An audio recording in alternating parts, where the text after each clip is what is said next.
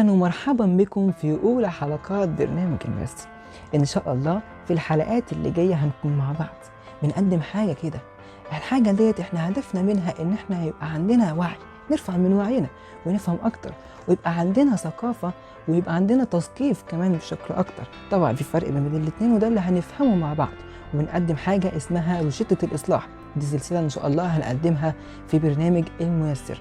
طيب ايه النهارده وهنقدم ايه النهارده؟ هنقدم قصه جديده، والقصه دي النهارده هتبقى عن النظام الاجتماعي.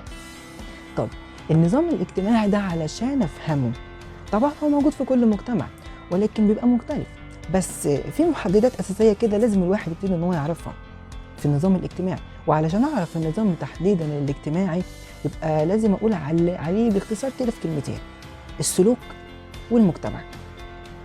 طبعا علشان ابتدي افهم يعني ايه سلوك، يعني ايه مجتمع، اللي هم بيعرفوا لي اصلا ايه هو النظام الاجتماعي. هو مش لازم اعرف في الاول اصلا يعني ايه هو النظام. بالظبط كده.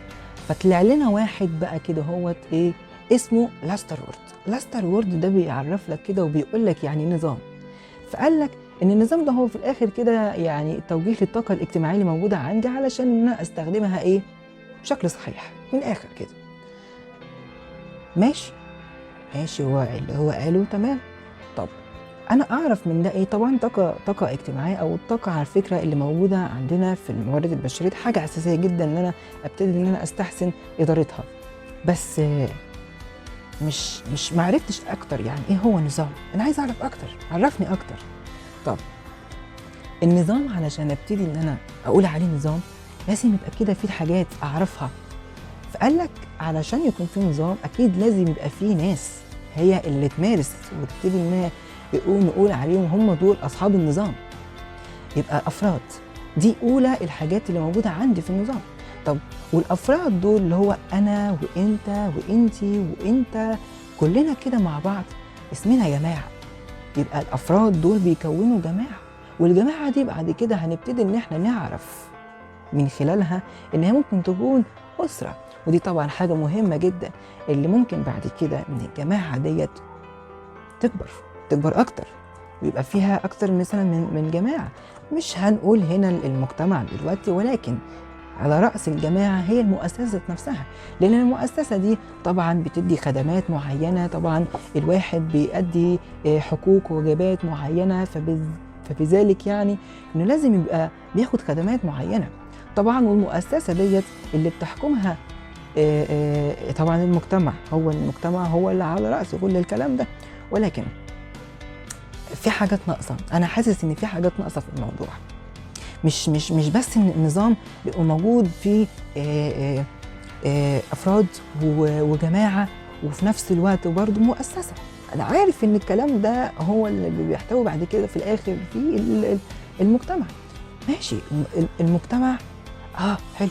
واحنا قلنا في الاول في الاساس ان النظام الاجتماعي هو عباره عن مجتمع. طب بس النظام ده واللي هو فيه افراد في الاول اساسا، دي اللي هي اللبنه الاولى، هو مش المفروض يبقى ليهم قيم ومعتقدات يمارسوها؟ يعني القيم والمعتقدات ديت هي اللي بتدي للناس ديت شكل، يعني النظام. طب والقيم والمعتقدات دي تظهر على اساس ايه؟ تظهر على اساس السلوك. احنا قلنا في الاول في الاساس ايه؟ النظام الاجتماعي هو نختصر في كلمتين: السلوك والمجتمع. طب دي حاجه حلوه. في حاجه تانية ولا هو كده النظام؟ انا كده عرفت النظام.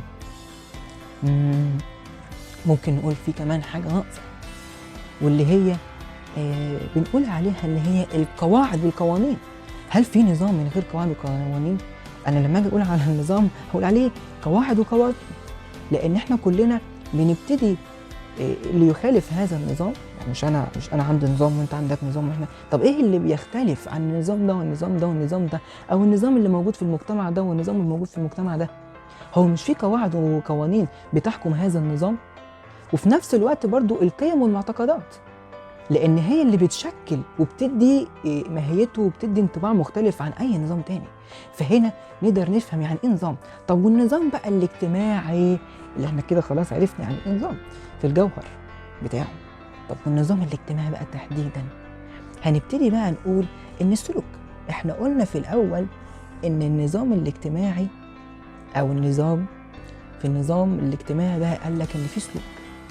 السلوك ده انا عايز يبقى في ضبط للسلوك ده ذات نفسه، مش ضبط قوي لكن في طياته بأحمل السلوك ده يبقى لازم يكون سوي، هادف السلوك ده محدد ذات نفسه أنا عارفه، لأن السلوك ده احنا قلنا فيه قيم ومعتقدات موجودة، فالقيم والمعتقدات ده تظهر على هيئة السلوك اللي هم بيمارسوه أو بيقوموا بيه الأفراد في المجتمع اللي هم بينتموا لجماعة ما تحت مظلة المؤسسة اللي هم بيندرجوا تحتها. أمر معقد شوية في الحقيقة، أيوة، لأن النظام الاجتماعي أكبر من كده، لأن هو برضو التعريف التاني بتاعه أو في اللي احنا بنقوله يعني بشكل ملخص قوي، إن هو بيدرس المجتمع، عايز يتعرف على المجتمع ذات نفسه، لأن المجتمع ده ذات نفسه هو اللي بيمارس النظام مع أفراده. فبالتالي إذا أنا عرفت المجتمع وعرفت السلوك هقدر أقول إن ده هو النظام.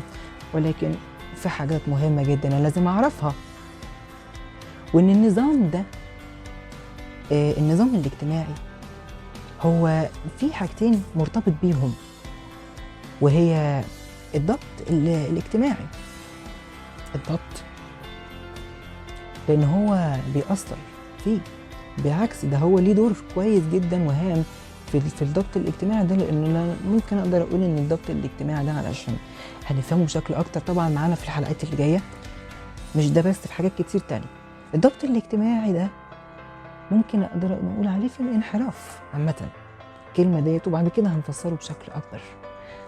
حاجة كمان، التماسك الاجتماعي، هل النظام الاجتماعي له دور في التماسك الاجتماعي؟ طبعا. عارف يعني ايه لما يكون المجتمع ليه تماسك اجتماعي؟ يعني انا اقدر اقول ان النظام اللي بيحكمه هذا المجتمع اللي بيمارسوا الافراد بتوعه بيقدروا ان هم يعملوا واجباتهم، طبعا اكيد ياخدوا حقوقهم، بس هم يقدروا ان هم يعملوا ادوارهم وواجباتهم، فاذا انا عندي تماسك اجتماعي.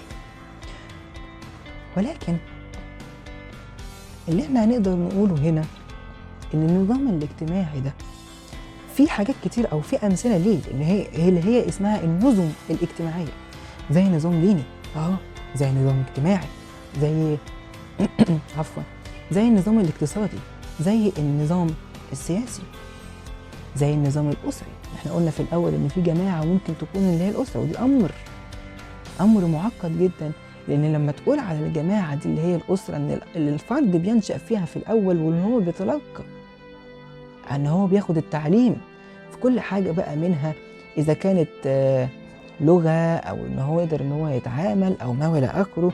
ممكن نقدر نقول بعد كده ان الشخص ده عنده تعالسم، ما بيعرفش يقول اللغه بتاعته، بيتكلم لغه تانية، وهنا نقدر نقول ان الاسره او الجماعه ديت فيها مشكل، وهنا نقدر نقول ان الاسره دي غير سويه، وده اللي هنتعرف عليه اكتر برضه في الحلقات اللي جايه. لكن اللي نقدر نقوله هنا ان من الامثله الكتيره جدا اللي موجوده عندنا ديت، هنقدر نقول ان النظام الاجتماعي ده في حاجه اكبر منه، وهو مساهم في حاجه اسمها البناء الاجتماعي. وعلشان نفهم اكتر ايه هو البناء الاجتماعي ونتعرف عليه، وده هو موضوع قصتنا في الحلقات اللي جايه ان شاء الله مع بعض.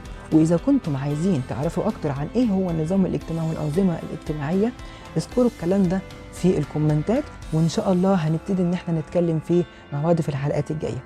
وكانوا معكم آنا الميسر، وداعا.